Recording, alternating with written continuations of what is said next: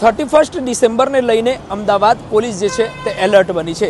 ત્યારે અમદાવાદ પોલીસ દ્વારા ખાસ કરીને સઘન વાહન ચેકિંગ હાથ ધરવામાં આવ્યું છે। ત્યારે ખાસ કરીને ઝુંડાલ સર્કલ ખાતે અત્યારે અમે ઉપસ્થિત છીએ અને ઝુંડાલ સર્કલ ખાતે જે છે તે 31ને લઈને જે ચાંદખેડા પોલીસ અને જે એલ ડિવિઝન ટ્રાફિક પોલીસ છે તેના દ્વારા ખાસ કરીને આ વાહન ચેકિંગ હાથ ધરવામાં આવ્યું છે અને ઝુંડાલ સર્કલથી પસાર થતી તમામ જે ગાડીઓ છે તેને બેરિકેટિંગ કરી રોકવામાં આવે છે અને તે વાહન ચેક કરવામાં આવે છે। ક્યાંથી આવો છો, ક્યાં જઈ રહ્યા છો, તો તમામ પ્રકારની પૂછપરછ કરી અને જે ડોક્યુમેન્ટ છે તે પણ ક્યાંક ને ક્યાંક વેરીફાઈ કરવામાં આવે છે।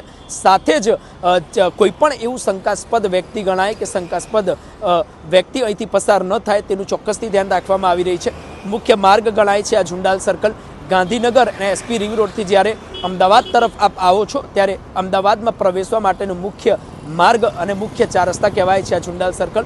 ત્યારે ચાંદખેડા પોલીસ સહિત જે એલ ડિવિઝન ટ્રાફિક પોલીસ છે તેના દ્વારા આ ઝુંડાલ સર્કલ ખાતે ખાસ કરીને સઘન વાહન ચેકિંગ હાથ ધરવામાં આવ્યું છે અને જે પણ વાહનો અહીંથી પસાર થઈ રહ્યા છે, પછી 2 વ્હીલર હોય કે 4 વ્હીલર, તમામ લોકોને રોકી અને ક્યાંક ને ક્યાંક પૂછપરછ કરી વાહન ચેક કરવામાં આવી રહ્યા છે। ડિક્કી તપાસવામાં આવી રહી છે, બ્લેક ફિલ્મ છે કે નહીં તે પણ તપાસવામાં આવી રહી છે અને કોણ ક્યાંથી આવી રહ્યું છે, કઈ તરફ જઈ રહ્યું છે, શું કોઈએ ડ્રિંક કરીને ગાડી નથી ચલાવી રહ્યા અથવા કોઈ શંકાસ્પદ તેમની ગાડીમાં વસ્તુ કે વ્યક્તિ હાજર નથી, તે તમામ પ્રકારની તકેદારી રાખવા માટેની તપાસ ખાસ કરીને હાથ ધરવામાં આવી છે। મહત્વની વાત કહી શકાય કે જ્યારે 31 ડિસેમ્બર આવતું હોય છે નજીક ત્યારે ક્યાંક ને ક્યાંક વાહન ચેકિંગ કરવું એટલા માટે જરૂરી થઈ જાય છે કારણ કે લોકો એવી ચીજ વસ્તુ શંકાસ્પદ અથવા ગેરકાયદેસર પ્રવૃત્તિ ધરાવતા લોકો હોય જે લોકો એવી પ્રકારની ગેરકાયદેસર ચીજ વસ્તુઓ લઈને પસાર થતા હોય છે, જેને લઈને ખાસ કરીને વાહન ચેકિંગ જે કરવામાં આવી રહી છે। અમદાવાદના અલગ અલગ વિસ્તાર ખાતે આ વાહન ચેકિંગ કરવામાં આવતું હોય છે। ત્યારે અમદાવાદના ઝુંડાલ સર્કલ ખાતે પણ ચાંદખેડા પોલીસ અને એલ ડિવિઝન ટ્રાફિક પોલીસ દ્વારા